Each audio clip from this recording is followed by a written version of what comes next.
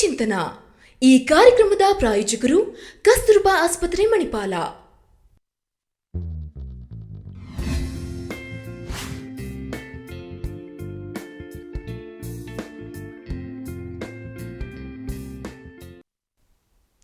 ನಮಸ್ಕಾರ ವೀಕ್ಷಕರೇ, ಕಸ್ತೂರ್ಬಾ ಆಸ್ಪತ್ರೆ ಮಣಿಪಾಲ್ ಅರ್ಪಿಸುವ ಆರೋಗ್ಯ ಚಿಂತನಾ ಕಾರ್ಯಕ್ರಮಕ್ಕೆ ತಮಗೆಲ್ಲರಿಗೂ ಕೂಡ ಪ್ರೀತಿಯ ಸ್ವಾಗತ. ಆರೋಗ್ಯ ಚಿಂತನಾ ಕಾರ್ಯಕ್ರಮದಲ್ಲಿ ನಾವು ಆರೋಗ್ಯಕ್ಕೆ ಸಂಬಂಧಪಟ್ಟಂತೆ ಅನೇಕ ವಿಚಾರಗಳ ಬಗ್ಗೆ ನಿಮಗೆ ಮಾಹಿತಿಯನ್ನು ನೀಡ್ತಾ ಇರ್ತೇವೆ. ಅದೇ ರೀತಿ ನಾವು ಇವತ್ತಿನ ಸಂಚಿಕೆಯಲ್ಲಿ ವಯಸ್ಸಾದವರಲ್ಲಿ ಶ್ರವಣ ಸಮಸ್ಯೆ ಇದ್ರ ಬಗ್ಗೆ ಒಂದು ಸಂಪೂರ್ಣವಾದ ಮಾಹಿತಿಯನ್ನು ಕೊಡುವಂಥ ಪ್ರಯತ್ನವನ್ನು ಮಾಡ್ತೇವೆ. ವಯಸ್ಸಾದವರಲ್ಲಿ ಸಾಮಾನ್ಯವಾಗಿ ಶ್ರವಣ ಸಮಸ್ಯೆ ಕಂಡು ಬರ್ತಿದೆ. ಸೊ ಯಾಕಾಗಿ ಆ ಸಮಸ್ಯೆ ಕಂಡು ಬರ್ತದೆ, ಅದರ ಜೊತೆಗೆ ಅವರಿಗೆ ಅದರ ಬಗ್ಗೆ ಹೇಗೆ ಅರಿವನ್ನು ಮೂಡಿಸಬಹುದು, ಹಾಗೆ ಸಾಮಾಜಿಕ ಸಮಸ್ಯೆಗಳ ಪರಿಹಾರದ ಬಗ್ಗೆ ಮಾಹಿತಿಯನ್ನು ಕೂಡ ಇವತ್ತಿನ ಕಾರ್ಯಕ್ರಮದಲ್ಲಿ ನಾವು ನಿಮಗೆ ನೀಡ್ತಾ ಹೋಗ್ತೇವೆ. ಇದರ ಬಗ್ಗೆ ಮಾತನಾಡಲಿಕ್ಕೆ ನಮ್ಮ ಜೊತೆ ಇದ್ದಾರೆ ವಾಕ್ ಮತ್ತು ಶ್ರವಣ ವಿಭಾಗದ ಸಹ ಪ್ರಾಧ್ಯಾಪಕರಾಗಿರುವಂತಹ ಡಾಕ್ಟರ್ ಜಿ ಕನಕ ಅವರು. ಮೊದಲನೇದಾಗಿ ಅವರನ್ನ ಕಾರ್ಯಕ್ರಮಕ್ಕೆ ಸ್ವಾಗತಿಸ್ತಾ ಇದ್ದೇನೆ. ಡಾಕ್ಟರ್, ಕಾರ್ಯಕ್ರಮಕ್ಕೆ ಸ್ವಾಗತ. ಹಾಗೆ ವೀಕ್ಷಕರ, ನಿಮ್ಮಲ್ಲೂ ಕೂಡ ಅನೇಕ ಪ್ರಶ್ನೆಗಳಿರಬಹುದು. ನೀವು ಕೂಡ ನಮ್ಮ ಕಾರ್ಯಕ್ರಮಕ್ಕೆ ಕರೆ ಮಾಡಿ. ನಮ್ಮ ನಂಬರ್ 0820429551 ಈ ನಂಬರ್ಗೆ ಕರೆ ಮಾಡಿ ನಿಮ್ಮಲ್ಲಿರುವ ಪ್ರಶ್ನೆಯನ್ನು ನಮ್ಮ ಡಾಕ್ಟರ್ ಬಳಿ ಕೇಳಬಹುದು. ಡಾಕ್ಟರ್, ಇವತ್ತು ನಾವು ಮುಖ್ಯವಾಗಿ ವಯಸ್ಸಾದವರಲ್ಲಿ ಏನು ಹಿಯರಿಂಗ್ ಪ್ರಾಬ್ಲಮ್ ಉಂಟು, ಸೊ ಅದ್ರ ಬಗ್ಗೆ ಡಿಸ್ಕಸ್ ಮಾಡ್ತಾ ಇದ್ದೇವೆ. ಸೊ ನನ್ನ ಮೊದಲನೆಯ ಪ್ರಶ್ನೆ ಡಾಕ್ಟರ್, ನಾವು ಯಾಕಾಗಿ ಇವತ್ತು ಈ ಟಾಪಿಕನ್ನು ಚೂಸ್ ಮಾಡಿದ್ದೇವೆ, ಯಾಕೆ ನಾವು ಜನರಿಗೆ ಇದರ ಬಗ್ಗೆ ಮಾಹಿತಿಯನ್ನು ನೀಡಬೇಕಾಗಿದೆ ಈ ದಿನಗಳಲ್ಲಿ ಅನ್ನುವಂಥದ್ದು? ಓಕೆ, ಸೊ ನಾವು ಯಾಕೆ ನಾನು ಈ ಟಾಪಿಕನ್ನು ಸೆಲೆಕ್ಟ್ ಮಾಡಿದ ಕಾರಣ ಏನಂದರೆ, ಈಗ ವಯಸ್ಸಿನವರು ಮೊದಲು ಹಾಗೆ ನೋಡುವಾಗ ಈಗ ಅವರು ತುಂಬ ಜಾಸ್ತಿ ಆಗಿದ್ದಾರೆ. ನಮ್ಮ ಪಾಪ್ಯುಲೇಷನ್ ಈಗ ನೋಡುವಾಗ ಈಗ ಒಂದು ಹಿಂದಿನ ಒಂದು 10 ವರ್ಷ ಮೊದಲು ನಾವು ನೋಡುವಾಗ ವಯಸ್ಸಿನ ಜನರು ನೋಡುವಾಗ ಲೈಕ್ ಅವರದ್ದು ಪರ್ಸೆಂಟೇಜ್ ನೋಡಿದರೆ ಟೋಟಲ್ ಪಾಪ್ಯುಲೇಷನಲ್ಲಿ ಒಂದು 8% ಹಾಗೆ ಇರ್ಬೋದಾಯಿತು. ಬಟ್ ಇನ್ನೂ ಒಂದು 10 ವರ್ಷದ ನಂತರ ನೋಡುವಾಗ ಇವರ ಪಾಪ್ಯುಲೇಷನ್ ಆಲ್ಮೋಸ್ಟ್ ಒಂದು 20% 30% ಆಗ್ತದೆ. ಆ್ಯಂಡ್ ಈಗ ನೋಡುವಾಗ ನಾವು ಈಗ 2050 ತನಕ ಈಗ ನೋಡಿದ್ರು ಸಹ ಈಗ ಇರೋದು ಒಂದು 153 ಮಿಲಿಯನ್ ಪಾಪ್ಯುಲೇಷನ್ ಇದ್ದಾರೆ. ಬಟ್ ಇದು ಇನ್ನೂ ಒಂದು 10 20 30 40 ವರ್ಷ ನಂತರ ನೋಡುವಾಗ ನಮಗೆ ಆಲ್ಮೋಸ್ಟ್ ಒಂದು 300 ಮೇಲೆ ನಮಗೆ ಮಿಲಿಯನ್ ಪಾಪ್ಯುಲೇಷನ್ ಆಗ್ತಾರೆ. ಸೊ ಈ ಥರ ಒಂದು ಕೂಡಲೇ ಪಾಪ್ಯುಲೇಷನ್ ಆಗ್ತಾ ಇರುವಾಗ ಪ್ಲಸ್ ಇನ್ನೊಂದು ಕಾರಣ ಏನಂದರೆ, ಈ ಒಂದು 10 ವರ್ಷ ಒಂದು 2021 ಇಂದ 2030 ನಮ್ಮ ಈವನ್ ಸಂಸ್ಕಾರದಲ್ಲಿ ಇರುವ ಇದರಲ್ಲಿ ಅವರಿಗೆ ಈ ಒಂದು ಏಜಿಂಗ್ ಪಾಪ್ಯುಲೇಷನ್ ಮೇಲೆ ಒಂದು ಇಯರನ್ನೇ ಡಿಕ್ಲೇರ್ ಮಾಡಿದ್ದಾರೆ. ಈ 10 ವರ್ಷದಲ್ಲಿ ಅವರಿಗೆ ಬೇಕಾದದ್ದು ಒಂದು ಅರಿವು ಎಲ್ಲ ಒಂದು ತಿಳಿಸ್ಕೊಡ್ಲಿಕ್ಕೆ ಅಂತ ಹೇಳಿ ಒಂದು ಇದು ಮಾಡಿದ್ದಾರೆ ಕಾರ್ಯಕ್ರಮ. ಸೊ ನಾವು ಅದಕ್ಕೆ ಒಂದು ರೀಸನ್ ನಾನು ಈ ಒಂದು ಟಾಪಿಕನ್ನು ನಾನು ಸೆಲೆಕ್ಟ್ ಮಾಡುವ ಅಂತ ಏಜಿಂಗ್ ಪಾಪ್ಯುಲೇಷನ್ ಮೇಲೆ ನಾನು ಮಾತಾಡುವ ಅಂತ ಇದ್ದೇನೆ ನಾನು ಇವತ್ತು. ಓಕೆ. ಹಾಗೆ ಡಾಕ್ಟರ್, ಇನ್ನು ಈ ಹೆಲ್ದಿ ಏಜಿಂಗ್ ಅಂತ ಹೇಳಿದ್ರೆ ಏನು? ಸೊ ಈಗ ನಮಗೆ ಹುಟ್ಟಿದಿಂದಾನೇ ನಾವು ಒಂದು ಸಾಯುವ ತನಕ ನಮ್ಮ ಜೀವನ ನಾವು ಈ ಇದರಲ್ಲಿ ಕಳಿಬೇಕಾಗ್ತದೆ ನಮಗೆ ಈಗ. ಸೊ ಫಸ್ಟಿಂದ ಬರ್ತಿಂದ ನಾವು ಈಗ ಒಂದು ನೋಡಿದರೆ ನಾವು ಈಗ ಪ್ರಾಯ ಆಗ್ತಾ ಇರುವಾಗ ನಮ್ಮ ದೇಹದಲ್ಲಿ ಒಂದು ಸುಮಾರು ಒಂದು ಚೇಂಜಸ್ ಆಗ್ತದೆ. ಈಗ ಒಂದು ಫಿಸಿಕಲ್ ಆಗಿ ಇರಲಿ, ನಮ್ಮ ನಾವು ಮೆಂಟಲ್ ಆಗಿ ಇರಲಿ, ಇಲ್ಲ ನಮ್ಮ ಯಾವುದೇ ಒಂದು ಇದಂದರೆ ಒಂದು ಚೇಂಜ್ ಆಗ್ತಾ ಇರ್ತದೆ. ಅದು ಒಂದು ನ್ಯಾಚುರಲ್ ಪ್ರಾಸೆಸ್, ಅದು ನಾವು ಏನೋ ತಪ್ಪಿಕೊಳ್ಳಿಕ್ಕೆ ಆಗೋದಿಲ್ಲ. ಬಟ್ ಒನ್ಸ್ ನಾವು ಒಂದು 60 ಇಯರ್ಸ್ ಮೇಲೆ ನಾವು ಒಂದು ಮುಂದಕ್ಕೆ ಹೋಗುವಾಗ ಅದು ನಮಗೆ ಒಂದು ದೇವರ ಕೊಟ್ಟ ಗಿಫ್ಟೇ. ಸೊ ಆ ಒಂದು ಗಿಫ್ಟನ್ನು ನಾವು ಹೇಗೆ ನಾವು ಜೀವನ ಮಾಡಬೇಕು. 60 ಇಯರ್ಸ್ ಮೊದಲು ಏನಾಗ್ತದೆ ಅಂದರೆ ನಮಗೆ ಒಂದು ನಾವು ಯಾವಾಗಲೂ ಒಂದು ಕೆಲಸದಲ್ಲಿ ಇರುವಾಗ ನಾವು ಒಂದು ಆ್ಯಕ್ಟಿವ್ ಲೈಫ್ ಸ್ಟೈಲಲ್ಲಿ ಇರ್ತೇವೆ. ಬಟ್ 60 ನಂತರ ನಾವು ಹೋಗುವಾಗ ನಾವು ಒಂದು ರಿಟೈರ್ಡ್ ಲೈಫಲ್ಲಿ ಯೂಶ್ವಲಿ ಅದರಲ್ಲಿ ಹೋಗುವಾಗ ಕೆಲವೊಮ್ಮೆ ನಾವು ನಮ್ಮ ಎಲ್ಲ ಇದನ್ನು ಒಂದು ವೀಕ್ನೆಸ್ ಸೆಟ್ ಆಗ್ತದೆ ನಮಗೆ. ಆ ಟೈಮಲ್ಲಿ ನಾವು ನಮ್ಮನ್ನೇ ನೋಡ್ಕೊಳ್ಳೋದಿಲ್ಲ. ಸೊ ಹೆಲ್ದಿ ಏಜಿಂಗ್ ಅಂತ ಹೇಳುವಾಗ ನಾವು ಇರುವ ಉಳಿದ ಜೀವನ ಈಗ 60 ವಯಸ್ಸು ಮೇಲೆ ಇರುವ ಜೀವನವನ್ನು ಸಹ ನಮಗೆ ಹೇಗೆ ನಾವು ಒಂದು ಜೀವನ ಮಾಡಬೇಕು, ನಮ್ಮ ಸ್ವತಂತ್ರದಲ್ಲಿ ಇರುವ ಜೀವನಗಳು, ಮತ್ತು ನನಗೆ ಏನೆಲ್ಲ ಕೆಲಸ ಮಾಡಬೇಕಂತ ಒಂದು ಇದೆಯೋ ನಮ್ಮ ಇದು ಒಂದು ಸ್ಯಾಟಿಸ್ಫ್ಯಾಕ್ಷನ್ ಆಗಿ ಒಂದು ಜೀವ ಮಾಡೋಲಿಕ್ಕೆ ನಮಗೆ ಇದು ಹೆಲ್ದಿ ಏಜಿಂಗ್ ಅಂದರೆ ನಾವೇ ಆ ಒಂದು ವಾತಾವರಣನೂ ನಾವು ಕ್ರಿಯೇಟ್ ಮಾಡಬೇಕಾಗ್ತದೆ. ಪ್ಲಸ್ ಇರುವ ಒಂದು ಆಪರ್ಚುನಿಟೀಸ್ ಏನೆಲ್ಲ ಇದೆಯೋ ನಮಗೆ ಅದನ್ನು ನಾವು ಸುಧಾರಿಸಿಕೊಂಡು ನಮ್ಮ ಉಳಿದ ಜೀವನವನ್ನು ನಾವು ಹೇಗೆ ಒಂದು ಹೆಲ್ದಿಯಾಗಿ ನಾವು ಜೀವನ ಮಾಡಬೇಕಂತ ನಾವು ಅದನ್ನೇ ಹೆಲ್ದಿ ಏಜಿಂಗ್ ಅಂತ ಹೇಳ್ತೇವೆ. ಸೊ ಅದಕ್ಕೆ ನಾವು ಸಣ್ಣ ಪುಟ್ಟ ಚೇಂಜಸ್ ನಾವು ಮಾಡಬೇಕಾಗ್ತದೆ ನಮ್ಮ ಲೈಫ್ ಸ್ಟೈಲಲ್ಲಿ. ಇಲ್ಲ ನಾವು ನಮ್ಮ ಏನಾದರೂ ಒಂದು ತೊಂದರೆಗಳು ಇದ್ದರೆ ಅದನ್ನು ಕರೆಕ್ಟ್ ಮಾಡಿದರೆ ನಾವು ನಮ್ಮ ರೆಸ್ಟ್ ಆಫ್ ದ ಲೈಫ್ ನಾವು ಒಳ್ಳೆ ಇದರಲ್ಲಿ ಇರ್ಬೋದು. ಅದಕ್ಕೆ ಒಂದು ಹೆಲ್ದಿ ಏಜಿಂಗ್ ಅಂತ ನಾವು ಹೇಳ್ತೇವೆ. ಓಕೆ ಡಾಕ್ಟರ್, ಈಗ ನಾರ್ಮಲಿ ಆ ಏಜಲ್ಲಿ ಏನೆಲ್ಲ ಅವರು ಇಶ್ಯೂಸನ್ನು ಫೇಸ್ ಮಾಡ್ತಾರೆ ಅಂತ? ಸೊ ಹೆಲ್ದಿ ಇದು ಏಜಿಂಗ್ ಈಗ ಪ್ರಾಯ ಆಗುವಾಗ ಕೆಲವು ಒಂದು ಚೇಂಜಸ್ ಆಗ್ತದೆ. ಈಗ ನಾವು ನೋಡ್ತೇವೆ, ನಾವು ಫಸ್ಟ್ ತುಂಬ ಆ್ಯಕ್ಟಿವ್ ಆಗಿ ಎಲ್ಲ ಮಾಡಲಿಕ್ಕೆ ಆಗ್ತಾ ಇತ್ತು. ಬಟ್ ಈಗ ನಮಗೆ ಮೆಡಿಕಲ್ ಕಂಡೀಷನ್ಸ್ ಆಗ್ತದೆ. ಸೊ ಅದರಿಂದ ನಮಗೆ ಏನಾಗ್ತದೆ, ನಾವು ನಾರ್ಮಲ್ ಆಗಿ ಒಂದು ಸ್ಲೋ ಆಗಿ ಆಗ್ಬೋದು ನಮ್ಮ ಲೈಫ್. ಫಿಸಿಕಲ್ ಆಗಿ ನನಗೆ ನಡಿಲಿಕ್ಕೆ ಆಗೋದಿಲ್ಲ, ನನಗೆ ಇದು ಚೇಂಜ್ ಆಗ್ತದೆ. ಇಲ್ಲ ಅಂದರೆ ನನಗೆ ಈಗ ಕಣ್ಣು ಕಾಣುವುದರಲ್ಲಿ ಪ್ರಶ್ನೆಗಳು ಬರ್ಬೋದು, ಇಲ್ಲ ನನಗೆ ಕಿವಿ ತೊಂದರೆ ಬರ್ಬೋದು. ಅದು ಒಂದು ಮುಖ್ಯ ಒಂದು ಇದು ಇರ್ತದೆ. ಅದನ್ನು ಬಿಟ್ಟು ನಮಗೆ ಈವನ್ ನಮಗೆ ಎಲ್ಲ ಪ್ರಾಸೆಸ್ ಮಾಡೋ ಮೆಮರಿ ಪ್ರಾಬ್ಲಮ್ ಬರ್ತದೆ. ನಾನು ಹೇಳೋದೆಲ್ಲ ಮರ್ತೋಗ್ತದೆ, ಅಂಥದ್ದೊಂದು ಪ್ರಾಬ್ಲಮ್ ಬರ್ತದೆ. ನಾನು ರಿಟೈರ್ಡ್ ಆದ ಕೂಡಲೇ ನಾನು ಮನೆಯಲ್ಲೇ ಇರ್ತೇನೆ, ನಾನು ಬೇರೆಯವ್ರ ಜೊತೆ ಹೋಗಿ ಮಾತಾಡೋದಿಲ್ಲ. ಮೇ ಬಿ ಅದು ಸೋಷಿಯಲ್ ಪ್ರಾಬ್ಲಮ್ಸ ಬರ್ಬೋದು. ಸೊ ಈ ಥರ ಎಲ್ಲ ಕಾರಣಗಳು ಇರ್ತದೆ. ಅದರಲ್ಲಿ ಲೈಕ್ ತುಂಬ ಮುಖ್ಯ ಕಾರಣ, ನಾನು ಬಿಕಾಸ್ ನಾನು ಆಡಿಯಾಲಜಿಯಿಂದ ಬರೋದ್ರಿಂದ ಮೇ ಬಿ ಹಿಯರಿಂಗ್ ಒಂದು ಬಗ್ಗೆ ನಾವು ಕಾಮನ್ ಆಗಿ ಒಂದು ಪ್ರಾಬ್ಲಮ್ ನಮಗೆ ಸಿಗ್ತದೆ. ಓಕೆ ಓಕೆ, ಅದ್ರ ಜೊತೆಗೆ ಏನೆಲ್ಲ ಎಕ್ಸ್ಪ್ಲೇನ್ ಮಾಡ್ತೀರಾ ಮ್ಯಾಮ್? ಹಿಯರಿಂಗ್ ಆಗಿರ್ಬೋದು, ಸೊ ಮುಖ್ಯವಾಗಿ ನೀವು ಅದ್ರ ಬಗ್ಗೆ ಅರಿವನ್ನು ಮೂಡಿಸುವಂಥ ಒಂದು ಪ್ರಯತ್ನ ಮಾಡ್ತಾ ಇದ್ದೀರಿ. ಸೊ ಒಟ್ಟು 3 ವಿಷಯದ ಬಗ್ಗೆ ಇವತ್ತು ನಮಗೆ ನೀವು ಹೇಳ್ತಾ ಇದ್ದೀರಾ. ಸೊ ಈಗ ನಾವು ಮೊದಲದಾಗಿ ಹಿಯರಿಂಗ್ ರಿಲೇಟೆಡ್ ಇಶ್ಯೂಸನ್ನು ಮಾತನಾಡ್ತಾ ಹೋಗೋಣ. ಸೊ ಇದಕ್ಕೆ ಮೇಯ್ನ್ ಕಾರಣ ಏನು ಅಂದರೆ ಯಾವ ಏಜಲ್ಲಿ ಹೆಚ್ಚಾಗಿ ಕಂಡು ಬರ್ತದೆ ಈ ಹಿಯರಿಂಗ್ ಪ್ರಾಬ್ಲಮ್ ಅಂತ? ಸೊ ಹಿಯರಿಂಗ್ ನಮಗೆ ಈಗ ಹಿಯರಿಂಗಲ್ಲಿ ಸಹ ನಮಗೆ ನರ ಇದೆ, ಒಳಗಡೆ ಕಿವಿಯಲ್ಲಿ 3 ಭಾಗಗಳು ಇದೆ. ಸೊ 3 ಭಾಗಗಳಲ್ಲಿ ಸಹ ನಮಗೆ ನೋಡುವಾಗ ಈಗ ನರ ಸಹ ಕಿವಿ ನರ ಇದೆ. ಸೊ ದೇಹದ ಎಲ್ಲ ಭಾಗಗಳ ನರನು ವೀಕ್ ಆಗುವಾಗ ನಮ್ಮ ಹಿಯರಿಂಗ್ ನರ ಸಹ ವೀಕ್ ಆಗಲಿಕ್ಕೆ ಶುರುವಾಗ್ತದೆ. ಪ್ಲಸ್ ನಮಗೆ ಏನಾಗ್ತದೆ, ಇದು ನಾರ್ಮಲ್ ಆಗಿ ಏನಾಗ್ತದೆ, ಒಂದು ಬ್ಲಡ್ ಸಪ್ಲೈ ನಮಗೆ ಎಲ್ಲ ಹೋಗೋದು, ಕಿವಿಗೆ ಸಹ ಬ್ಲಡ್ ಸಪ್ಲೈ ಬರ್ತದೆ. ಸೊ ಆ ಸಪ್ಲೈ ಸಹ ಕಮ್ಮಿ ಆಗ್ಬೋದು. ಸೊ ಈ ಕಾರಣದಿಂದ ಎಂತ ಆಗ್ತದೆ, ಕಿವಿ ಕೇಳಿಸೋದು ಸಹ ಸ್ವಲ್ಪ ಮಟ್ಟಿಗೆ ಕಮ್ಮಿ ಆಗಲಿಕ್ಕೆ ಶುರು ಆಗ್ತದೆ. ನಾವು ಇದು ನೋಡಿದರೆ ಎಲ್ಲ ಕಾರಣಗಳಲ್ಲಿ ಏಜ್ಡ್ ಪಾಪ್ಯುಲೇಷನಲ್ಲಿ ಸುಮಾರು ನಾನು ಹೇಳಿದ್ದೇನೆ ದಟ್ ಅವ್ರಿಗೆ ಪ್ರಾಬ್ಲಮ್ಸ್ ಬರ್ಬೋದು. ಹಿಯರಿಂಗ್ ಪ್ರಾಬ್ಲಮ್ ನೋಡಿದರೆ ಆಲ್ಮೋಸ್ಟ್ ಒಂದು 1/3 ಆಫ್ ದ ಪಾಪ್ಯುಲೇಷನ್ ಅವರಿಗೆ ಹಿಯರಿಂಗ್ ಪ್ರಾಬ್ಲಮ್ ಇರ್ತದೆ. ಆ್ಯಂಡ್ ಮೆನಿ ಟೈಮ್ಸ್ ಈ ಹಿಯರಿಂಗ್ ಪ್ರಾಬ್ಲಮ್ ಏನಾಗ್ತದೆ, ಒಂದು ಸೈಲೆಂಟ್ ಪ್ರಾಬ್ಲಮ್ ಆಗಿ ಇರ್ತದೆ. ಯಾಕೆಂದರೆ ಅವರಿಗೆ ಕೆಲವು ಶಬ್ದಗಳು ಕೇಳ್ತದೆ. ಈಗ ಒಂದು ಲೋ ಫ್ರೀಕ್ವೆನ್ಸಿ ಶಬ್ದ ಅಂತ ಹೇಳ್ತೇವೆ, ಅದು ಅವರಿಗೆ ಕೇಳ್ತದೆ. ಬಟ್ ಹೈ ಫ್ರೀಕ್ವೆನ್ಸಿ ಶಬ್ದಗಳಲ್ಲಿ ಲೈಕ್ ಈಗ ಬರ್ಡ್ ಚರ್ಪಿಂಗೋ ಇಲ್ಲ ಕೆಲವು ಶಬ್ದಗಳು, ಈಗ ಮಗು ಅಳುವುದು, ಅಂಥದ್ದೊಂದು ಹೈ ಉಚ್ಚ ಸ್ವರ ಇರುವ ಶಬ್ದಗಳಲ್ಲಿ ತೊಂದರೆ ಜಾಸ್ತಿ ಇರ್ತದೆ. ಸೊ ಅದರಿಂದ ಅವ್ರಿಗೆ ಏನಾಗ್ತದೆ, ಅವ್ರಿಗೆ ಅನಿಸ್ತದೆ ದಟ್ ನನಗೆ ಕಿವಿ ನನಗೆ ಏನು ತೊಂದರೆ ಇಲ್ಲ, ಬೇರೆಯವರಿಗೆ ಮಾತ್ರ ತೊಂದರೆ ಇದೆ, ನನಗೆ ಎಲ್ಲ ಕೇಳ್ತದೆ ಅಂತ ಆಗ್ತದೆ ಅವರಿಗೆ. ಸೊ ಅದರಿಂದ ಅದು ಒಂದು ಸೈಲೆಂಟ್ ಪ್ರಾಬ್ಲಮ್ ಆಗಿ ಹೋಗ್ತದೆ. ದಟ್ ಮೆನಿ ಪೀಪಲ್ ಆಕ್ಸೆಪ್ಟ್ ಮಾಡೋದಿಲ್ಲ, ಆ ಹಿಯರಿಂಗ್ ತೊಂದರೆ ನನಗೆ ಇದೆ ಅಂತ ಹೇಳ್ತಾರೆ. ಬಟ್ ನೀವು ನೋಡಿದ್ರೆ ಅವರಿಗೆ ಏನಾಗ್ತದೆ ಅಂದರೆ, ಈಗ ಪ್ರಾಬ್ಲಮ್ಸ್ ಅಂದರೆ ಅವರಿಗೆ ಈಗ ನಾನು ಮಾತಾಡೋದು ಅವ್ರಿಗೆ ಕೇಳೋದಿಲ್ಲ, ಇಲ್ಲ ಕೇಳಿದ್ರೆ ಅರ್ಧ ಅರ್ಥ ಆಗ್ತದೆ, ಅರ್ಧ ಆಗೋದಿಲ್ಲ, ಮಿಸ್ ಮಾಡ್ತಾರೆ. ಕೆಲವು ಸೌಂಡ್ಸ್ಗಳೆಲ್ಲ ಮಿಸ್ ಮಾಡಿ ಬಿಡ್ತಾರೆ. ಮನೆಯಲ್ಲಿ ಸುಮ್ಮನೆ ಒಬ್ಬರೇ ಕೂತ್ಕೊಂಡಿರುವಾಗ ಅವ್ರಿಗೆ ಏನೂ ತೊಂದರೆ ಇರೋದಿಲ್ಲ, ಲೈಕ್ ಸೈಲೆಂಟ್ ಆಗಿ ಇರುವಾಗ. ಬಟ್ ಏನಾಗ್ತದೆ, ಈಗ ಒಂದು ತುಂಬ ಶಬ್ದ ಇದೆ, ಶಬ್ದ ವಾತಾವರಣದಲ್ಲಿ ಅವರು ಮಿಸ್ ಮಾಡಲಿಕ್ಕೆ ಶುರು ಮಾಡ್ತಾರೆ. ಮನೆಯಲ್ಲಿ ನೋಡಿದರೆ ಅವರು TV ವಾಲ್ಯೂಮನ್ನು ಜಾಸ್ತಿ ಮಾಡಿಬಿಡ್ತಾರೆ.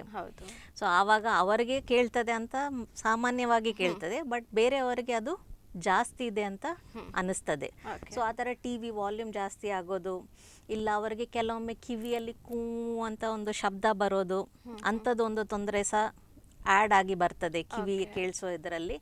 ಮತ್ತು ಇದರಿಂದ ಇನ್ನೊಂದು ಇದಾಗ್ತದೆ ಅಂದರೆ, ಅವರು ಕಿವಿ ಕೇಳಿಸೋದಿಲ್ಲ, ನಾನು ಇಲ್ಲಿ ಹೋಗಿ ಬೇರೆಯವರ ಹತ್ರ ಮಾತಾಡಿದರೆ ಅವರು ಮಾತಾಡೋದು ನನಗೆ ಕೇಳೋದಿಲ್ಲ, ಸೊ ನಾನು ಹೋಗಿ ಮಾತಾಡೋದಿಲ್ಲ ಬೇರೆಯವರ ಹತ್ರ ಅಂತ ಹೇಳಿ ಅವರು ಒಬ್ಬಟ್ಟನ್ನೇ ಆಗಲಿಕ್ಕೆ ಶುರು ಮಾಡ್ತಾರೆ. ಸೊ ಈ ಥರ ಒಂದು ಇದೆಲ್ಲ ಫೀಚರ್ಸ್ ಎಲ್ಲ ನಾವು ನೋಡ್ಬೋದು.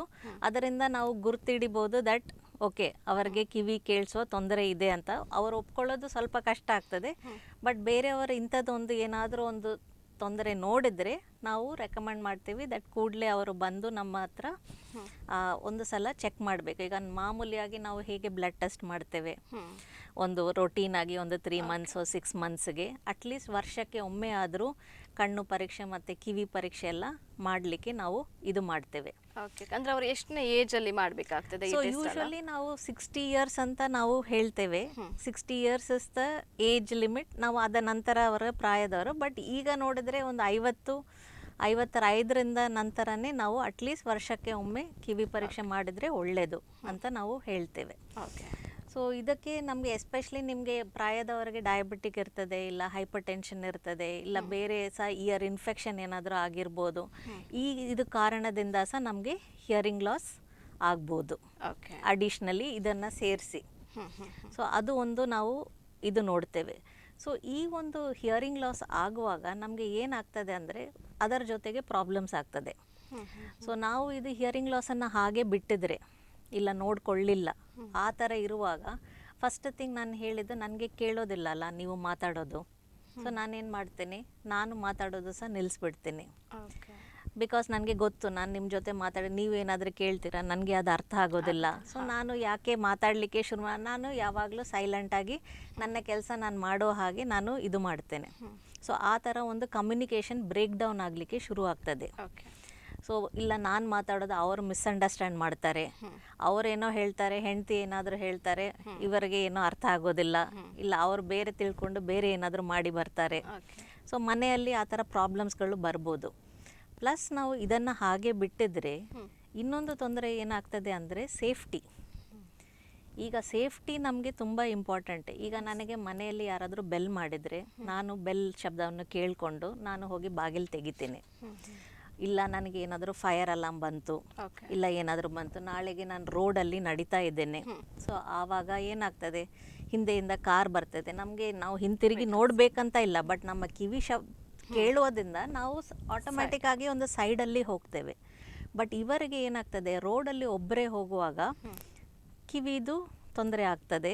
ಅದರಿಂದ ಅವ್ರೇನಾಗ್ತದೆ, ಆಕ್ಸಿಡೆಂಟ್ ಆಗೋ ಚಾನ್ಸಸ್ ಎಲ್ಲ ಬರ್ತದೆ. ಯಾಕೆಂದರೆ ಅವ್ರಿಗೆ ಶಬ್ದ ಕೇಳಲಿಲ್ಲ, ಇಲ್ಲ ಏನೋ ಮಗು ಒಳಗಡೆ ಅಳ್ತಾ ಇದೆ, ಇಲ್ಲ ನಾನು ಯಾರಾದರೂ ಕರೆದ್ರೆ ಬೇರೆ ರೂಮಿಂದ ಕೇಳೋದಿಲ್ಲ. ಸೊ ಆವಾಗ ಸಹ ಅವರಿಗೆ ಅದು ಪ್ರಾಬ್ಲಮ್ ಆಗಿ ಬಿಡ್ತದೆ.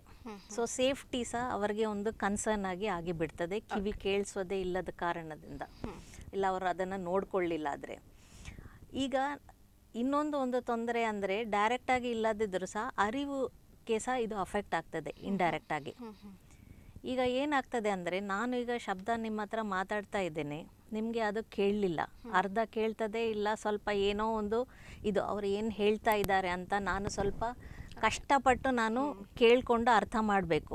ಸೊ ಆವಾಗ ಏನಾಗ್ತದೆ, ನಮ್ಮ ಮೆದುಳಿಗೆ ಆ ಶಬ್ದ ಹೋಗೋದೇ ಇಲ್ಲದ ಕಾರಣದಿಂದ ಅದು ಅರಿವಿಂದ ಬೇರೆ ಕಡೆಯಿಂದ ಅದು ಕಾಂಪನ್ಸೇಟ್ ಮಾಡಲಿಕ್ಕೆ ಟ್ರೈ ಮಾಡ್ತದೆ. ಎಲ್ಲಿಂದ ಈ ಶಬ್ದ ಬಂತು, ಏನು ಅವರು ಹೇಳಲಿಕ್ಕೆ ಪ್ರಯತ್ನ ಮಾಡಿದರೆ, ಸ್ವಲ್ಪ ಕೇಳಿದರೆ ಉಳ್ದದ್ದು ಏನು ಇರ್ಬೋದು ಅಂತ ನಮ್ಮ ಮೆಂಟಲಿ ನಾವು ತುಂಬ ಅದರ ಬಗ್ಗೆ ಯೋಚನೆ ಮಾಡಿ ನಾವು ಅರ್ಥ ಮಾಡ್ಕೊಳ್ತೇವೆ. ಆವಾಗ ಏನಾಗ್ತದೆ, ನಮಗೆ ಒಂದು ಸುಸ್ತಾಗಿ ಬಿಡ್ತದೆ, ಕೇಳಲಿಕ್ಕೆ ಸಹ ಸುಸ್ತಾಗಿ ಬಿಡ್ತದೆ. ಲೈಕ್ ಮಾತಾಡಿದರೆ ನಮಗೆ ತುಂಬ ಆಯಾಸ ಆಗದ ಹಾಗೆ ಅನ್ನಿಸ್ತದೆ.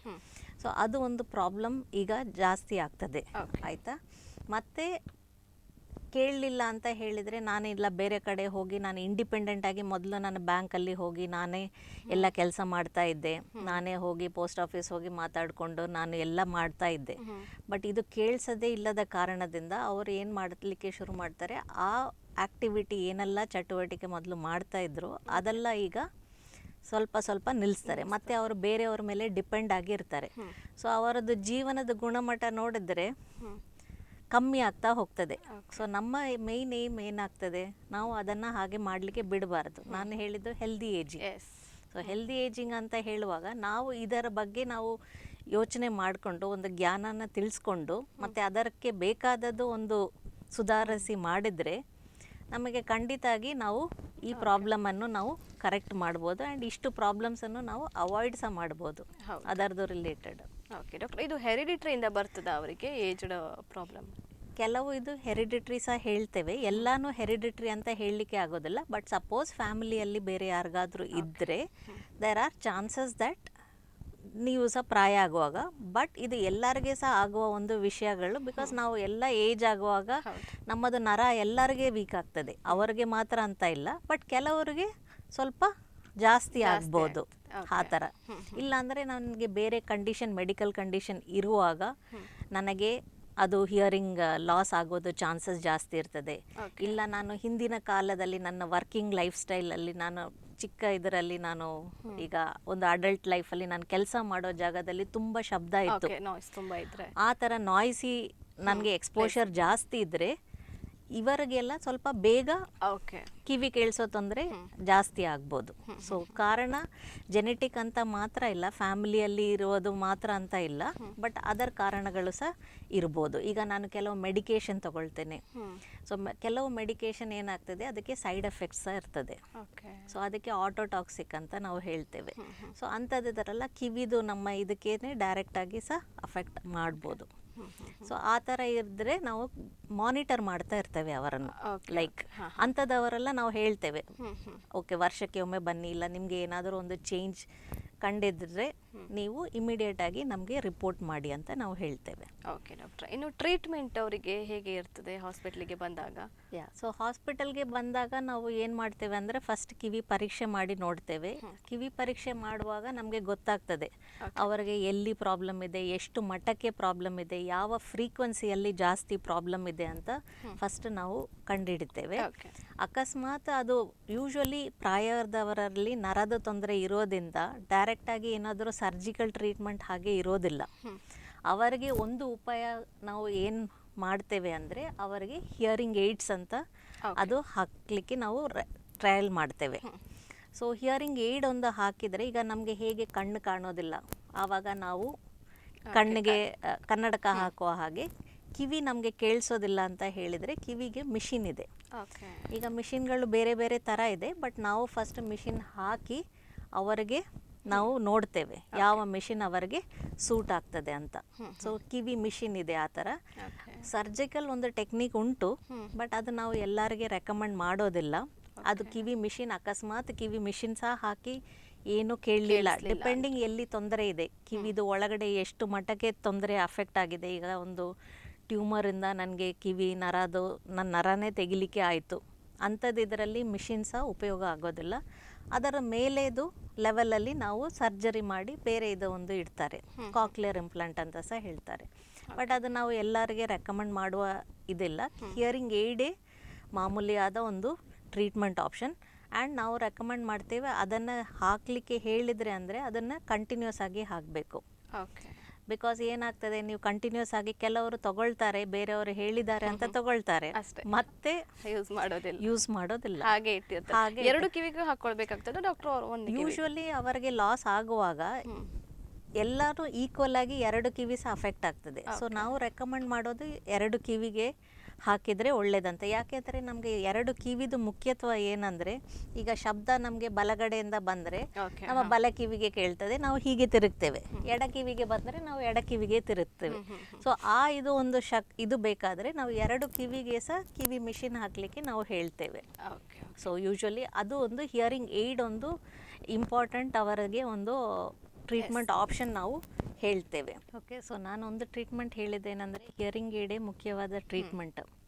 ಅದನ್ನು ಬಿಟ್ಟು ಪ್ರಾಯದವರೆಗೆ ಈಗ ಎಲ್ಲನೂ ಹಿಯರಿಂಗ್ ಏಡಿಂದಾನೇ ಎಲ್ಲನೂ ಸ್ಪಷ್ಟವಾಗಿ ನಮ್ಮ ಹಾಗೆ ಕೇಳ್ಕೊಳ್ತದೆ ಅಂತ ನಾವು ಹೇಳಲಿಕ್ಕೆ ಆಗೋದಿಲ್ಲ. ಯಾಕೆಂದರೆ ಒಳಗಡೆ ನರದು ವೀಕ್ನೆಸ್ ಆದ ಕಾರಣದಿಂದ ನಾವು ಹಿಯರಿಂಗ್ ಏಡ್ ಸಹ ಹಾಕ್ಕೊಂಡು ಮತ್ತೆ ಸಹ ನಾವು ಮಾತಾಡೋದು, ಒಂದು ಫ್ಯಾಮಿಲಿ ಮೆಂಬರ್ ಹೇಗೆ ಅವರ ಜೊತೆ ಮಾತಾಡಬೇಕು, ಮತ್ತು ಅವರಿಗೆ ಈಗ ಒಂದು ಅರ್ಥ ಆಗಲಿಲ್ಲ ಆದರೆ ನಮ್ಮ ಮುಖ ಭಾವನೆಗಳನ್ನು ಸಹ ನೋಡಿಕೊಂಡು ಎರಡನ್ನು ಒಟ್ಟಿಗೆ ಸೇರಿಸಿ ಇನ್ನೂ ಸ್ವಲ್ಪ ಇಂಪ್ರೂವ್ಮೆಂಟ್ ಕಾಣ್ತದೆ. ಕೆಲವರಿಗೆ ಅದು ಬರೀ ಹಿಯರಿಂಗ್ ಏಡಿಂದ ಆಗೋದಿಲ್ಲ. ಸೊ ನಾವು ಸಹ ಹೇಳ್ತೇವೆ, ಈಗ ಒಂದು ಫ್ಯಾಮಿಲಿ ಮೆಂಬರ್ ಅವರ ಜೊತೆ ಮಾತಾಡಬೇಕಾದ್ರೆ ಈಗ ಪೂರ್ತಿ ನಾವು ಹೇಗೆ ಬೇಗ ಬೇಗ ಒಂದು ವಾಕ್ಯವನ್ನು ಮಾತಾಡ್ತೇವೆ ಹಾಗೆ ಮಾತಾಡದೆ ಸ್ವಲ್ಪ ಅವರ ಎದುರುಗಡೆ ಬಂದು, ಇಲ್ಲ ಸ್ವಲ್ಪ ಚಿಕ್ಕ ಚಿಕ್ಕ ಸೆಂಟೆನ್ಸಸ್ಸಲ್ಲಿ ಸಹ ಹೇಳ್ಬೋದು. ಸ್ವಲ್ಪ ಸ್ಲೋ ಡೌನ್, ಅದಕ್ಕೆ ನಾನು ಹೇಳೋದಿಲ್ಲ ಲೈಕ್ ತುಂಬಾ ಸ್ಲೋ ಆಗಿ ಮಾತಾಡಬೇಕಂತ ಇಲ್ಲ, ಮಾಮೂಲಿ ವಾಯ್ಸಲ್ಲಿ ನಾವು ಸ್ವಲ್ಪ ನಿಧಾನಕ್ಕೆ ನಾವು ಹೇಳಬೇಕಾಗ್ತದೆ ಅವರಿಗೆ. ಸೊ ಅಂಥದ್ದು ಒಂದು ಎಕ್ಸ್ಟ್ರಾ ಒಂದು ಕಾಂಪನ್ಸೇಷನ್ ಮಾಡಿದರೂ ಸಹ ನಮಗೆ ಹಿಯರಿಂಗ್ ಏಡ್ ಜೊತೆ ಅದು ಉಪಯೋಗ ಆಗ್ತದೆ. ಓಕೆ ಡಾಕ್ಟರ್, ನೀವು ಆಪರೇಷನ್ ಮಾಡಬೇಕಾಗ್ತದೆ ಅಂತ ಹೇಳಿದ್ರಿ ಕೆಲವರಿಗೆ. ಸೊ ಆಪರೇಷನ್ ಆದಮೇಲೆ ಅವರಿಗೆ ಅಂದರೆ ಕಂಪ್ಲೀಟ್ ಕ್ಯೂರ್ ಆಗ್ತದಾ ಅಂತ? ಇದು ಆಪರೇಷನ್ ಅಂದರೆ ನಾವು ಹಿಯರಿಂಗ್ ಏಡ್ ತರಾನೇ ಒಂದು ಯಂತ್ರವನ್ನು ನಾವು ಒಳಗಡೆ ಇಡ್ತೇವೆ, ಕಿವಿ ಒಳಗಡೆ. ಸೊ ಇದು ಸಹ ಹೊರಗಡೆಯಿಂದ ನೋಡುವಾಗ ಹಿಯರಿಂಗ್ ಏಡ್ ಹಾಗೆ ಅನಿಸ್ತದೆ, ಹಿಯರಿಂಗ್ ಏಡ್ ಆಗಿ ಇರ್ತದೆ. ಬಟ್ ಇದು ನಾವು ಫೈನಲಿ ನಾವು ಸ್ಟಿಮ್ಯುಲೇಟ್ ಮಾಡೋದು ಒಳಗಡೆ ನರದ ದಾಟಿ ಸಹ, ಇಲ್ಲ ನರದ ಮೊದಲು ಕಾಕ್ಲಿಯಾ ಅಂತ ಅಲ್ಲಿ ನಾವು ಸ್ಟಿಮ್ಯುಲೇಟ್ ಮಾಡ್ತೇವೆ. ಸೊ ಅದು ಸಹ ಒಂದು surgical procedure. But hearing aid ಹಾಗೇನೆ, ಬಟ್ ಅದು ಡೈರೆಕ್ಟಾಗಿ ನರಕ್ಕೆ ಸ್ಟಿಮ್ಯುಲೇಟ್ ಮಾಡುವ ಹಾಗೆ ಮಾಡ್ತೇವೆ. ಯಾಕೆಂದರೆ ಹಿಯರಿಂಗ್ ಏಡ್ ಹಾಕುವಾಗ ನಾವು ಹೊರಗಡೆ ಭಾಗಕ್ಕೆ ಹಾಕ್ತೇವೆ, ಅದು ಶಬ್ದ ಒಳಗಡೆ ಹೋಗುವಾಗ ಸಪೋಸ್ ನಂದು ಒಳಗಡೆದು ಸೆಲ್ಸ್ ಸರಿಯಾಗಿ ಇಲ್ಲ ಅಂತ ಹೇಳಿದರೆ ಅದು ಶಬ್ದವನ್ನು ಮುಂದುವರಿಸೋದಿಲ್ಲ, ನರಕ್ಕೆ ಮುಂದುವರಿಸೋದಿಲ್ಲ. ಸೊ ಹಿಯರಿಂಗ್ ಏಡ್ ಹಾಕಿದ್ರೂ ಸಹ ಶಬ್ದ ಕೇಳೋದಿಲ್ಲ. ಸೊ ಅಂಥದ್ದು ಒಂದು ಜನರಿಗೆ ಮಾತ್ರ ನಾವು ನೆಕ್ಸ್ಟ್ ಆಪ್ಷನ್ಗೆ ಹೋಗ್ತೇವೆ. ಅದು ನಮ್ಮದು ಲಾಸ್ಟ್ ಆಪ್ಷನ್. ಅದು ಎಲ್ಲರಿಗೆ ನಾವು ರೆಕಮೆಂಡ್ ಮಾಡೋದಿಲ್ಲ, ಹಿಯರಿಂಗ್ ಕೆಲವರಿಗೆ ಮಾತ್ರ. ಓಕೆ, ಈ ಹಿಯರಿಂಗ್ ಏಡನ್ನು ಅಂದರೆ ಎಷ್ಟು ಟೈಮ್ಗೊಮ್ಮೆ ಚೇಂಜ್ ಮಾಡಬೇಕಾಗ್ತದೆ ಅಂತ? ನಾರ್ಮಲಿ ಒಂದು ಹಿಯರಿಂಗ್ ಏಡ್ ಅಂತ ಹೇಳುವಾಗ ಒಂದು 2 years ವಾರಂಟಿ ಇರ್ತದೆ. ಆ್ಯಂಡ್ ನಾವು ಹೇಗೆ ನಮ್ಮ ಒಂದು ಮೊಬೈಲ್ ಡಿವೈಸನ್ನು ನಾವು ಹೇಗೆ ನೋಡ್ಕೊಳ್ತೇವೆ, ಅದನ್ನು ಸರಿಯಾಗಿ ಮೇಂಟೈನ್, ಬೀಳಿಸದೇ ಇದ್ದರೆ ಇಲ್ಲ ನೀರಲ್ಲಿ ಹಾಕದೇ ಇದ್ದರೆ ಅದು 2-3 ವರ್ಷಕ್ಕೆ ಸಹ ಬರ್ಬೋದು. ಸಿನ್ಸ್ ನಾವು ವರ್ಷಕ್ಕೆ ನಾವು ಕಿವಿ ಪರೀಕ್ಷೆ ಮಾಡ್ತಾ ಇರೋದ್ರಿಂದ ನಾವು ಅದನ್ನು ಈಗೆಲ್ಲ ಹಿಯರಿಂಗ್ ಏಡ್ ಪ್ರೋಗ್ರಾಮಬಲ್ ಅಂತ ಬರ್ತದೆ. ಸೊ ನಾವು ಅದನ್ನು ಪ್ರೋಗ್ರಾಮ್ ಮಾಡ್ಬೋದು, ಕಂಪ್ಯೂಟ್ರಲ್ಲಿ ಪ್ರೋಗ್ರಾಮ್ ಮಾಡಿ ಅಡ್ಜಸ್ಟ್ ಮಾಡಿಕೊಂಡು ಉಪಯೋಗಿಸ್ಬೋದು ಅದೇ ಹಿಯರಿಂಗ್ ಏಡನ್ನು. ಅಕಸ್ಮಾತ್ ತುಂಬ ಚೇಂಜ್ ಆಗಿದೆ ಆ್ಯಂಡ್ ಆ ಹಿಯರಿಂಗ್ ಏಡ್ದು ಪವರ್ ಅಷ್ಟು ಇಲ್ಲ, ಅದಕ್ಕಿಂತ ಜಾಸ್ತಿ ಹಿಯರಿಂಗ್ ಲಾಸ್ ಆಗಿದೆ ಅಂತ ಹೇಳಿದರೆ ನಾವು ನೆಕ್ಸ್ಟ್ ಬೇರೆ ಹಿಯರಿಂಗ್ ಏಡ್ಗೆ ರೆಕಮೆಂಡ್ ಮಾಡ್ತೇವೆ. ಸೊ ಹಾಗೆ ಡಾಕ್ಟರ್, ಈಗ ಹೆಚ್ಚಾಗಿ ಜನರು ಇಯರ್ಫೋನ್ಸನ್ನು ಯೂಸ್ ಮಾಡ್ತಾರೆ, ಹೆಡ್ಫೋನ್ಸನ್ನು. ಅಂದರೆ ಆಫೀಸಲ್ಲಿ ಈಗ ವರ್ಕ್ ಮಾಡುವಾಗ ಆಗಿರ್ಬೋದು, ಟ್ರಾವೆಲ್ ಮಾಡುವಾಗ ಆಗಿರ್ಬೋದು, ಸಾಂಗ್ ಕೇಳ್ತಾ ಹೋಗ್ತಾರೆ, ಹೆಚ್ಚಾಗಿ ಯೂಸ್ ಮಾಡುವಂಥದ್ದು. ಸೊ ಇದರ ಎಫೆಕ್ಟ್ ನಮಗೆ ಏಜ್ ಆದಮೇಲೆ ಗೊತ್ತಾಗ್ತದಾ ಅಂತ? ಖಂಡಿತಾಗಿ ಏಜ್ ಆಗೋ ಮೊದಲೇ ಗೊತ್ತಾಗಿ ಬಿಡ್ತದೆ.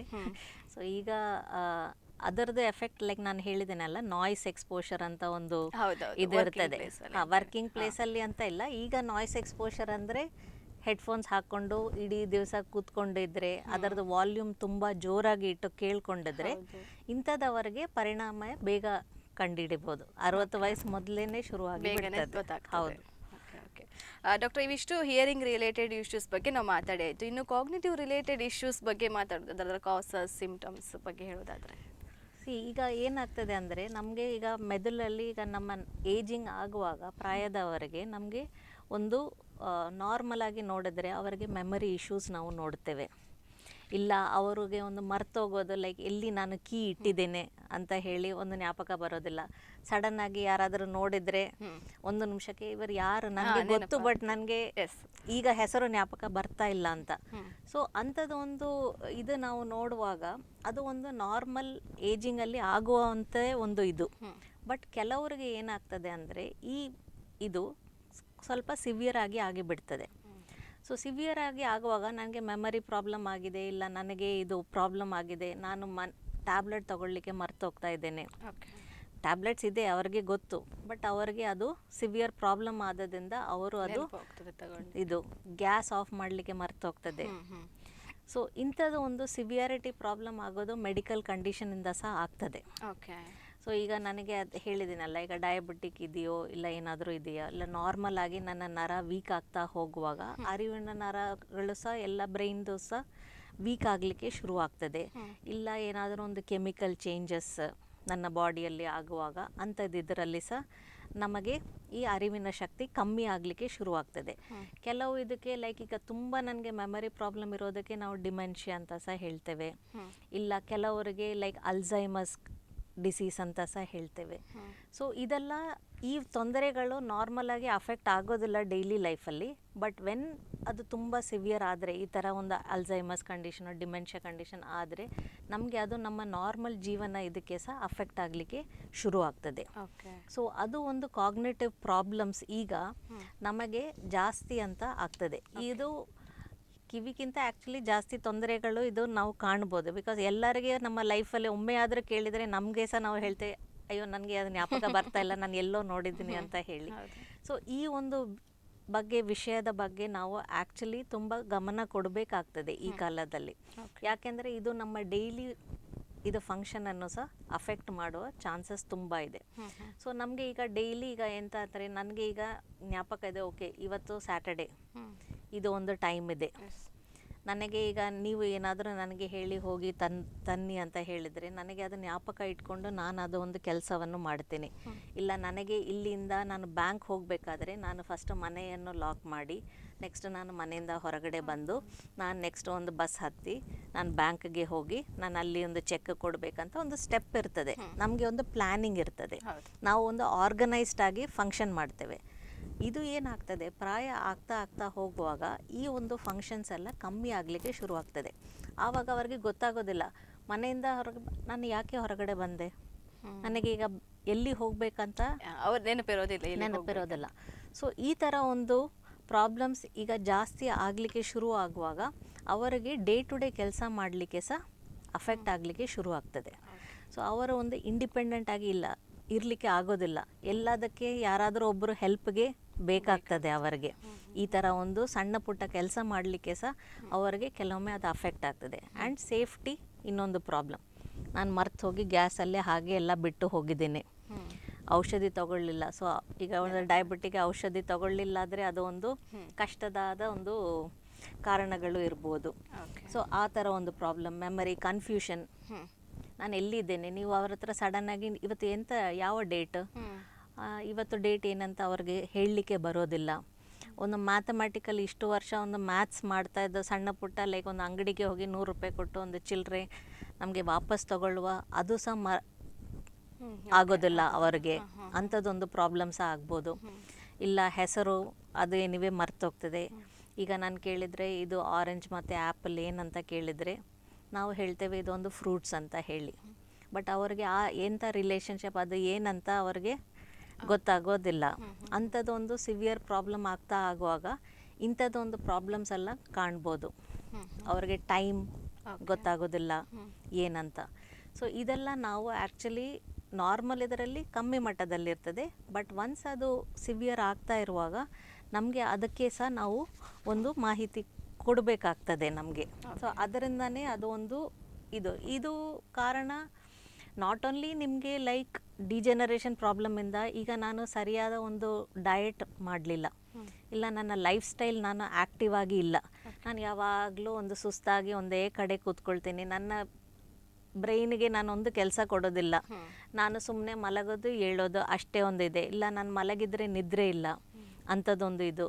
ನನ್ನದು ಫಿಸಿಕಲ್ ಆ್ಯಕ್ಟಿವಿಟಿ ಎಲ್ಲ ನಾನು ಕಮ್ಮಿ ಮಾಡಿಕೊಂಡು ಮನೆಯಲ್ಲೇ ಇದ್ದೇನೆ, ನಾನು ಪೇಪರ್ ಓದೋದಿಲ್ಲ, ಏನು ಮಾಡೋದಿಲ್ಲ, ನಾನು ಸುಮ್ಮನೆ ಇರುವಾಗ ನಮಗೆ ಬೇಗ ಈ ಥರ ಮೆಮರಿ ಪ್ರಾಬ್ಲಮ್, ಈ ಪ್ಲ್ಯಾನಿಂಗ್ ಪ್ರಾಬ್ಲಮ್, ಈ ಡಿಸ್ಓರಿಯೆಂಟೇಷನ್ ಎಲ್ಲ ನಮಗೆ ಬಂದುಬಿಡ್ತದೆ.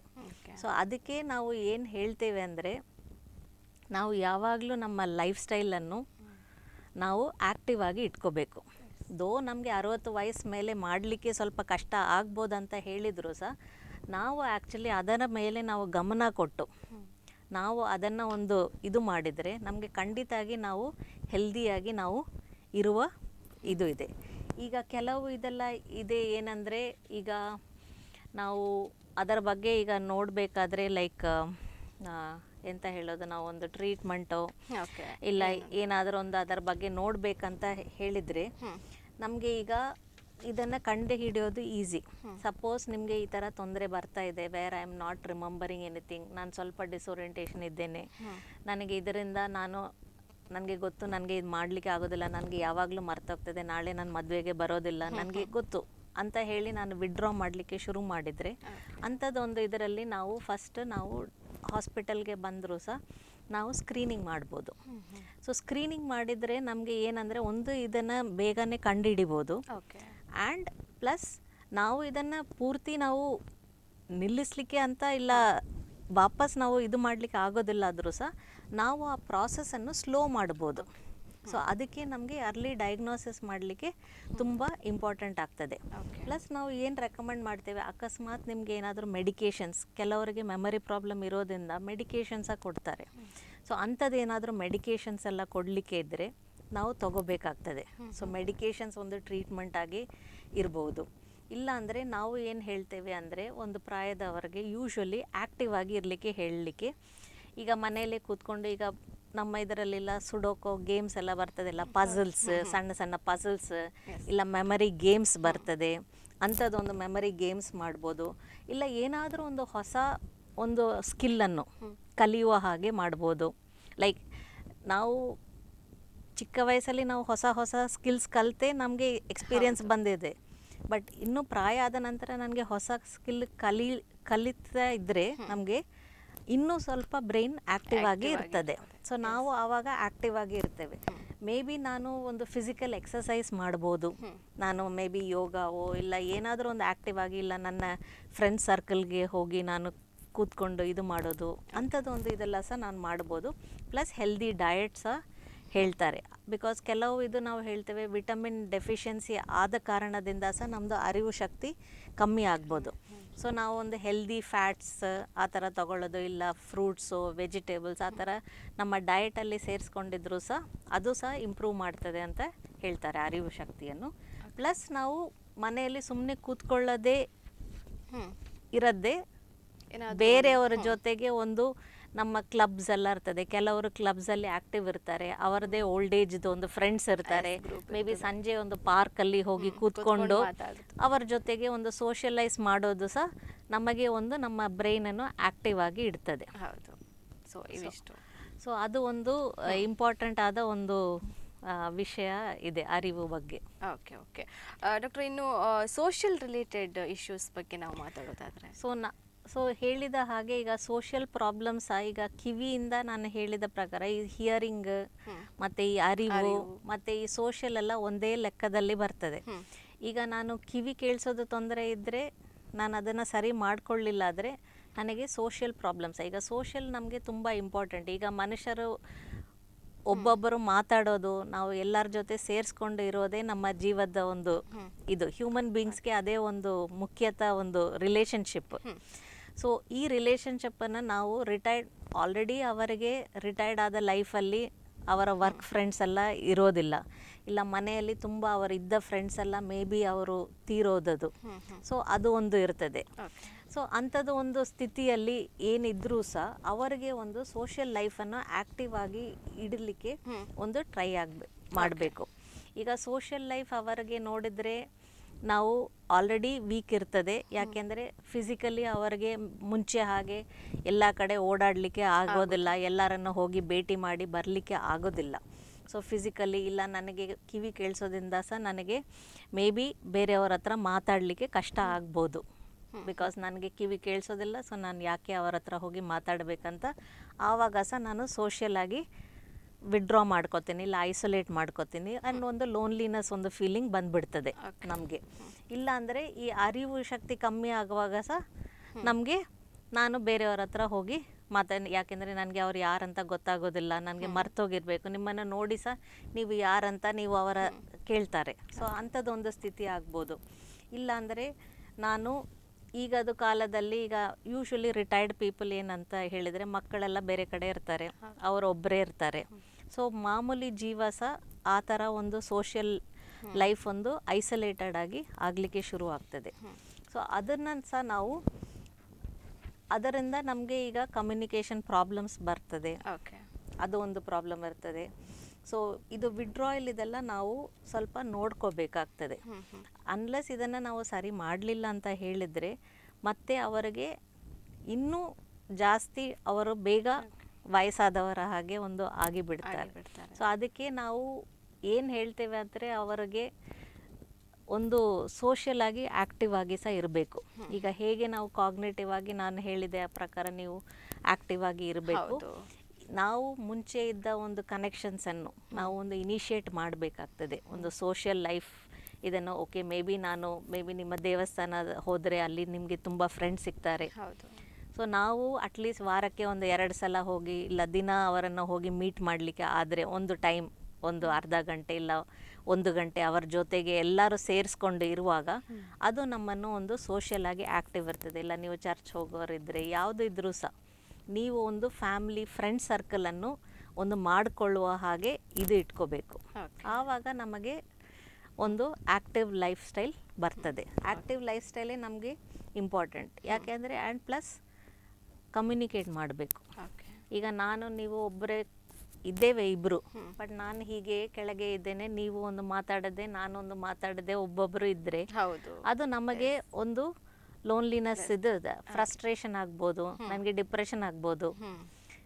ಆ್ಯಂಡ್ ಇಂಥದವರೆಗೆ ಅದು ಬೇಗ ಆಗ್ತದೆ. ಓಕೆ. ಸೊ ಅದರಿಂದ ನಾವು ಎನ್ಕರೇಜ್ ಮಾಡ್ತೇವೆ ದಟ್ ಒಂದು ಕಮ್ಯುನಿಕೇಷನ್ ಮಾಡಬೇಕಾಗ್ತದೆ. ಓಕೆ. ಕಮ್ಯುನಿಕೇಷನ್ ಮಾಡಿದರೆ ನಮಗೆ ನಾನು ಶೇರ್ ಮಾಡ್ಕೋಬೋದು, ನನ್ನ ಪ್ರಾಬ್ಲಮ್ಸನ್ನು ನಿಮಗೆ ಹೇಳ್ಬೋದು. ಅದು ಒಂದು ನಮಗೆ ಪ್ರಾಬ್ಲಮ್ಸ್ ಹೇಳಿದ ಹಾಗೆ ಸಹ ಆಗ್ತದೆ, ಪ್ಲಸ್ ಒಂದು ನಮ್ಮನ್ನು ಇಂಟ್ರ್ಯಾಕ್ಷನಲ್ಲಿ ಇಟ್ಕೊಳ್ಳುವ ಹಾಗೆ, ಪ್ಲಸ್ ನಾವು ಸಪೋರ್ಟ್ ಮಾಡ್ಬೋದು, ಮನೆಯವರು ಸಹ ಸಪೋರ್ಟ್ ಮಾಡ್ಬೋದು. ಮೇ ಬಿ ಅವರಿಗೆ ತುಂಬ ಪ್ರಾಬ್ಲಮ್ ಇದ್ದರೆ ನಾವು ಕೌನ್ಸಿಲಿಂಗ್ ಕೊಡ್ಬೋದು, ಇಲ್ಲ ತರಬೇತಿ ಸಹ ಕೊಡ್ಬೋದು. ಅವರಿಗೆ ಒಂದು ಕಾನ್ಫಿಡೆನ್ಸ್ ಬರಬೇಕು, ಮುಂಚೆ ಹೇಗೆ ಇದ್ದರು ಅವರು, ಈಗ ಸಹ ನೀವು ಮಾಡ್ಬೋದು ಅಂತ ಅವರನ್ನು ನಾವೇ ಕರ್ಕೊಂಡು ಹೋಗ್ಬೋದು. ಬೇರೆ ಬೇರೆ ಸೋಷಿಯಲ್ ಸಿಚುವೇಶನ್ಗೆ ಕರ್ಕೊಂಡು ಹೋಗಿ ಅವರನ್ನೇ ಇದು ಮಾಡ್ಬೋದು. ಸೊ ಅಂಥದ್ದು ಒಂದು ಇದರಲ್ಲಿ ಅವರು ಒಂದು ಸೋಷಿಯಲ್ ಆಗಿ ಒಂದು ಆ್ಯಕ್ಟಿವ್ ಆಗಿ ಇರಲಿಕ್ಕೆ ಮಾಡಿಸ್ಬೋದು ಅವರನ್ನು.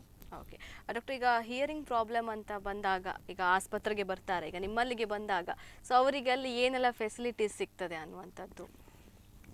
ಈಗ ನಮಗೆ ಹಾಸ್ಪಿಟಲಲ್ಲಿ ಅಪಾರ್ಟ್ ಫ್ರಮ್ ನಾವು ಹಿಯರಿಂಗ್ ಟೆಸ್ಟ್ ಒಂದು ನಾವು ಮಾಡ್ತೇವೆ, ಪ್ಲಸ್ ನಾವು ಹಿಯರಿಂಗ್ ಏಡ್ ಸಹ ನಾವು ಒಂದು ಡಿಸ್ಪೆನ್ಸ್ ಮಾಡುವ ಇದು ಉಂಟು ನಮಗೆ ಫೆಸಿಲಿಟಿ. ನಾವು ಅಲ್ಲಿ ನಮಗೆ ಕೋರ್ಸಸ್ ನಡೆಯೋದ್ರಿಂದ ನಾವು ಇಲ್ಲಿ BSc MSc ಕೋರ್ಸು ಮತ್ತು PhD ಕೋರ್ಸ್ ಎಲ್ಲ ಮಾಡ್ತಾ ಇದ್ದೇವೆ. ಸೊ ಅಲ್ಲಿ ನಮಗೆ ಆ್ಯಕ್ಚುಲಿ ಒಂದು ಸೆಂಟರ್ ಸಹ ಇದೆ. ಸೊ ನಾವು ಈ ಥರ ಹೆಲ್ದಿ ಏಜಿಂಗ್ ಬಗ್ಗೆ ಒಂದು ಸೆಂಟರ್ ಅಲ್ಲಿ ಇದೆ. ನಮ್ಮದೊಬ್ಬರು ಡಾಕ್ಟರ್ ಸೆಬಾಸ್ಟಿನ್ ಅಂತ ಅವರು ಆ ಸೆಂಟರನ್ನು ಇಟ್ಕೊಂಡಿದೆ. ಸೊ ನಾವು ಅಲ್ಲಿ ಆ್ಯಕ್ಚುಲಿ ಸುಮಾರು ರಿಸರ್ಚ್ ಸಹ ನಾವು ಮಾಡ್ತೇವೆ ಈ ಎಲ್ಡರ್ಲಿ ಮೇಲೆ. ಯಾಕೆಂದರೆ ನಮಗೆ ಅರ್ಥ ಆಗಬೇಕು ಅವರಿಗೆ ಏನೆಲ್ಲ ತೊಂದರೆಗಳು ಇದೆ, ಆ ತೊಂದರೆಗಳನ್ನು ನಾವು ಹೇಗೆ ಅದಕ್ಕೆ ಒಂದು ಸೊಲ್ಯೂಷನ್ ತರಬೇಕಂತ. ಈಗ ಉದಾಹರಣೆಗೆ ನನಗೆ ಒಂದು ಇಬ್ಬರು ಸ್ಟೂಡೆಂಟ್ಸ್ ಇದ್ದಾರೆ PhD ಮಾಡೋರು. ನಾವು ಏನಂತ ಹೇಳಿದರೆ, ಈಗ ನಾನು ಹೇಳಿದೆ ಕಿವಿ ಕೇಳಿಸೋದು 60 ವಯಸ್ಸು ಮೇಲೆ ಅರಿವಿನ ಶಕ್ತಿ ಕಮ್ಮಿ ಆಗ್ತದೆ ಅಂತ.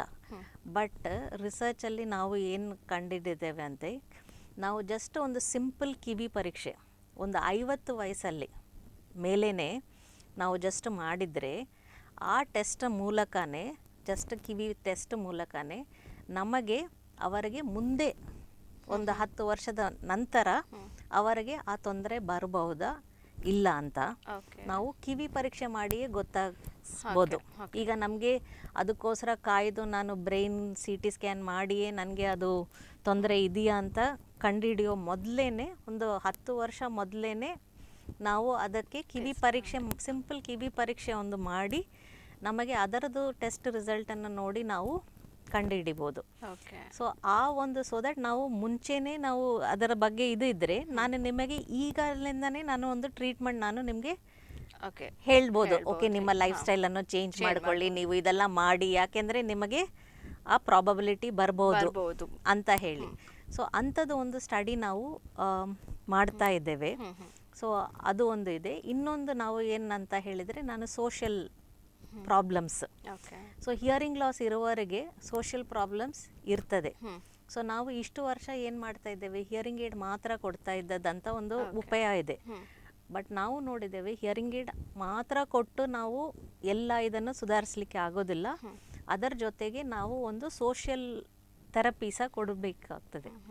ಸೊ ನಾವು ಈಗ ಅದರ ಬಗ್ಗೆ ಸಹ ನಾವು ಒಂದು ಇದು ಮಾಡ್ತಾ ಇದ್ದೇವೆ, ವೇರ್ ನಾವು ಒಂದು ಥೆರಪೇತಿ ಅನ್ನು ನಾವು ಡೆವಲಪ್ ಮಾಡಿ ಅದು ಅವರಿಗೆ ಕೊಟ್ಟು ಎಷ್ಟು ಇಂಪ್ರೂವ್ಮೆಂಟ್ ನಾವು ಮಾಡಿಸ್ಬೋದು ವಯಸ್ಸಾದವರಲ್ಲಿ ಅಂತ ಹೇಳಿ ಅದರ ಬಗ್ಗೆ ಸಹ ನಾವು ಮಾಡ್ತಾ ಇದ್ದೇವೆ ಈಗ. ಡಾಕ್ಟರ್, ಹಾಗೆ ಇನ್ನು ಕೊನೆಯದಾಗಿ ಈ ವಿಷಯಕ್ಕೆ ಸಂಬಂಧಪಟ್ಟಂತೆ ನಮ್ಮ ವ್ಯೂವರ್ಸ್ಗೆ ಏನು ಮೆಸೇಜ್ ಹೇಳಲಿಕ್ಕೆ ಇಷ್ಟಪಡ್ತೀರಾ? ಸೊ ಇದು ಒಂದು ಏಜಿಂಗ್ ಆಗೋದರಲ್ಲಿ ಒಂದು ನಾರ್ಮಲ್ ಪ್ರಾಬ್ಲಮ್ಸ್ ಇದು ನಾವು ಕಂಡುಹಿಡಿಯೋದು. ಈಗ ಫಿಸಿಕಲ್ ಚೇಂಜ್ ಆಗ್ತದೆ, ನಮಗೆ ಕಿವಿಯಲ್ಲಿ ಚೇಂಜ್ ಆಗ್ತದೆ, ನಮಗೆ ಎಲ್ಲದರಲ್ಲಿ ಒಂದು ಚೇಂಜಸ್ ಬರೋದು ಮಾಮೂಲಿ ಇದೆ. ಒನ್ಲಿ ಥಿಂಗ್ ನಮಗೆ ಏನಂದರೆ, ನಮಗೆ ಏನಾದರೂ ಒಂದರಲ್ಲಿ ಸಹ ನಮಗೆ ತೊಂದರೆ ಇದೆ ಅಂತ ಇಲ್ಲ, ಸಣ್ಣ ಪುಟ್ಟ ಒಂದು ಚೇಂಜ್ ಇದ್ದರೂ ಸಹ ನಾವು ಅದಕ್ಕೆ ಒಂದು ಆಸ್ಪತ್ರೆಗೆ ಬಂದು ಒಂದು ಅದರ ಬಗ್ಗೆ ಏನಂತ ಒಂದು ಅರ್ಥ ಮಾಡಿಕೊಂಡು ನಾವು ಅದಕ್ಕೆ ಒಂದು ಇಂಟರ್ವೆನ್ಷನ್ ಏನಾದರೂ ಒಂದು ತರಬೇತಿ ಇದ್ದರೆ ಇಲ್ಲ ಅದರ ಬಗ್ಗೆ ಮೇ ಬಿ ತರಬೇತಿ ಅಂದರೆ ಫುಲ್ ನಮಗೆ ತುಂಬ ತರಬೇತಿ ಅಂತ ಇಲ್ಲದರೂ ಸಹ ಅಟ್ಲೀಸ್ಟ್ ಏನು ಮಾಡಬಹುದು ಅದರ ಬಗ್ಗೆ ಒಂದು ಕೌನ್ಸಿಲಿಂಗ್ ಆದರೂ ಕೇಳಿಕೊಂಡು ನಾವು ಅಟ್ಲೀಸ್ಟ್ ಇದೆಲ್ಲ ಮಾಡಿದರೆ ಹೇಳಿದ ಒಂದು ಟ್ರೀಟ್ಮೆಂಟ್ ಆಪ್ಷನ್ಸ್ ಎಲ್ಲ ಮಾಡಿದರೂ ಸಹ ನಮಗೆ ನಮ್ಮ ಕ್ವಾಲಿಟಿ ಆಫ್ ಲೈಫನ್ನು ನಾವು ಇಂಪ್ರೂವ್ ಮಾಡ್ಕೋಬೋದು. ಪ್ಲಸ್ ಈ ಏಜಿಂಗ್ ಇದು ಹೆಲ್ದಿ ಏಜಿಂಗನ್ನು ನಾವು ಪ್ರಮೋಟ್ ಮಾಡ್ಬೋದು. ಆ್ಯಂಡ್ ಈ ಒಂದು ತೊಂದರೆಗಳು ಬರೋದನ್ನು ಸ್ವಲ್ಪ ಸ್ಲೋ ಆಗಿ ಮುಂದುವರಿಸ್ಬೋದು. ಇಲ್ಲಾಂದರೆ ಅದು ಫಾಸ್ಟಾಗಿ ನಮಗೆ ಇನ್ನೂ ಡಿಟ್ಯೂರೇಷನ್ ಆಗ್ತದೆ. ಅದನ್ನು ನಾವು ಕಮ್ಮಿ ಮಾಡಿಸ್ಕೋಬೋದು. ಅದಕ್ಕೆ ಫಸ್ಟೇ ನಮಗೆ ಒಂದು ನೀವು ಬಂದು ರೆಗ್ಯುಲರ್ ಚೆಕಪ್ ಮಾಡಿದರೆ ಅದು ಒಳ್ಳೆಯದು. ಟ್ರೀಟ್ಮೆಂಟ್ ಆಪ್ಷನ್ ಸುಮಾರಿದೆ. ನಾವು ಅದನ್ನು ಇಟ್ಕೊಂಡು ನಾವು ನಮ್ಮ ಜೀವದ ಗುಣಮಟ್ಟವನ್ನು ಸುಧಾರಿಸ್ಕೋಬಹುದು. ಹಾಗೆ ಡಾಕ್ಟರ್, ಕಾರ್ಯಕ್ರಮಕ್ಕೆ ಬಂದು ಅನೇಕ ವಿಚಾರಗಳ ಬಗ್ಗೆ ಮಾಹಿತಿಯನ್ನು ನೀಡಿದರೆ ನಿಮಗೂ ಕೂಡ thank you so much. Thank you. ವೀಕ್ಷಕರೇ, ನೋಡಿದ್ರಲ್ಲ, ಇದಾಗಿತ್ತು ಇವತ್ತಿನ ಆರೋಗ್ಯ ಚಿಂತನ. ನಿರಂತರ ಸುದ್ದಿ ಹಾಗೂ ಮನೋರಂಜನೆಗಾಗಿ ತಾವೆಲ್ಲರೂ ನೋಡ್ತಾ ಇರಿ ದ ಜಿವರ್ಡ್ 24/7.